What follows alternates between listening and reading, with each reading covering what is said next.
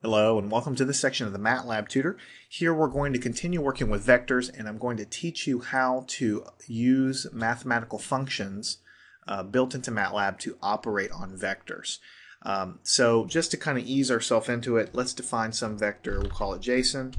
We'll open this up and we'll just put some numbers in here. We'll put 0, or we'll put 1, 2.4 or 2.2, 3, 5.6 or something like that. So we have these elements, 4 elements of vector JSON, and we've already learned in previous sections that when you take 2 and multiply by JSON, then MATLAB is going to, this is mathematically correct as well. You would just basically multiply each element by the number 2.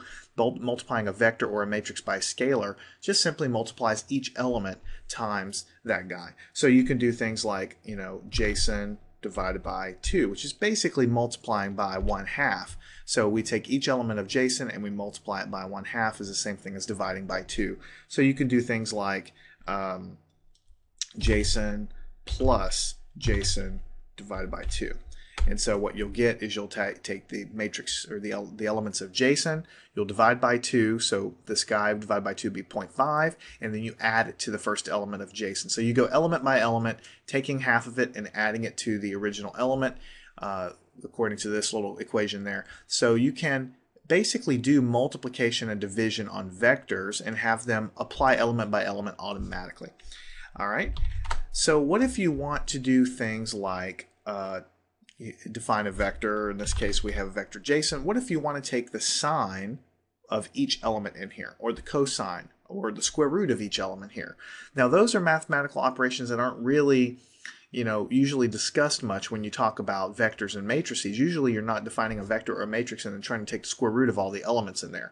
But MATLAB, when you apply these mathematical functions, most of the time it defaults to trying to apply them element by element. So for instance, if you wanted to take the sine of JSON, then it's going to treat this as basically a list of numbers, and it's going to return another vector that's going to give you the sine of each one of these values. You might want to even define another vector that to make this a little bit easier. So you could say 0, the next element might be pi, and the next element might be pi over 2. So let's go ahead and define a vector with these 3 elements here. And you can see here I made a little mistake. You need to make sure not capitalize the p in pi. So if you ever get something like that, that's what MATLAB's basically complaining about. So here we have a vector. This is pi and this is pi over 2. So we might want to do the sine of vector Gibson.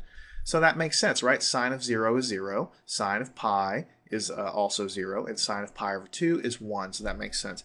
You can also take the cosine of these guys and it will be applied element by element. So we've taken the sine and the cosine of our vector Gibson, which has our nice numbers in there. We can even do things like taking the tangent of Gibson. So the trig functions basically all apply element by element. Now I want to point out, if you ever see something like this, the answer is this large number times this vector that it puts down here. So sometimes, depending on the number format you're in, instead of putting, it doesn't have enough room to put all the decimals in the individual elements because of the way that we have the number format. It might give you a vector, and then it might tell you that this whole vector is multiplied by a large number or a very small number or something. So if you ever see a number multiplied by a vector, it's giving you the same information. It's just there's not enough room to show that stuff there. You can do things like format long ENG, and then you can do that calculation again, and then you'll see all the decimals and all of their glory there. So it's just a matter of how many decimals you have on the screen.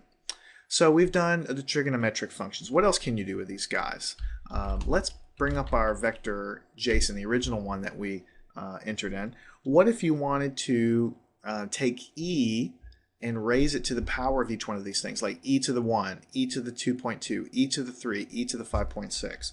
Well, to raise e to the power of something in MATLAB, it's the exp function, and when you pass it an argument like a vector like this, it's going to treat everything element by element.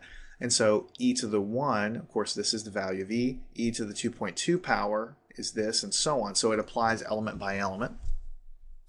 What if you wanted to do the logarithm? This is a base e, a natural logarithm.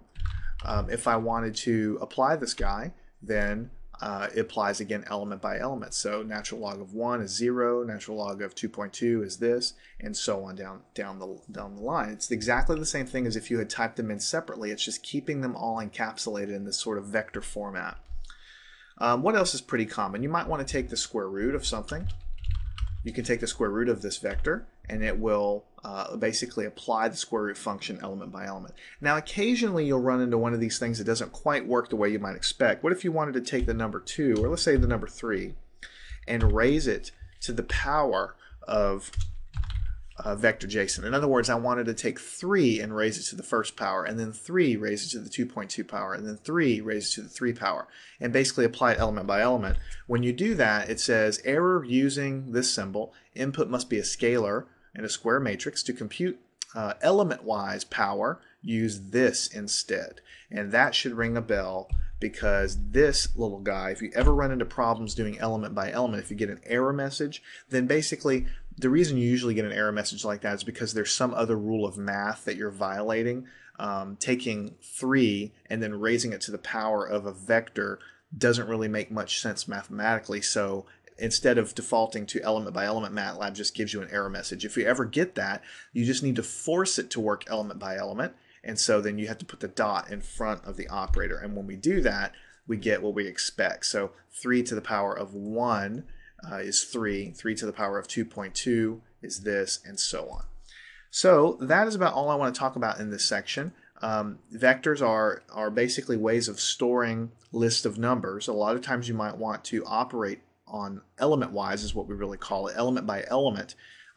Taking the square root of a vector in terms of math doesn't make much sense. Taking the logarithm of a vector really isn't defined in terms of mathematics. Here we're kind of getting into that region where we're not looking for the mathematical definition of e to the power of a vector, but what we're wanting to do is do it element-wise. So most of the time MATLAB is smart enough to do that. If you ever get an error message, then you might have to force it to work element-wise, which is why this operator here that we learned with the dot is so important in MATLAB.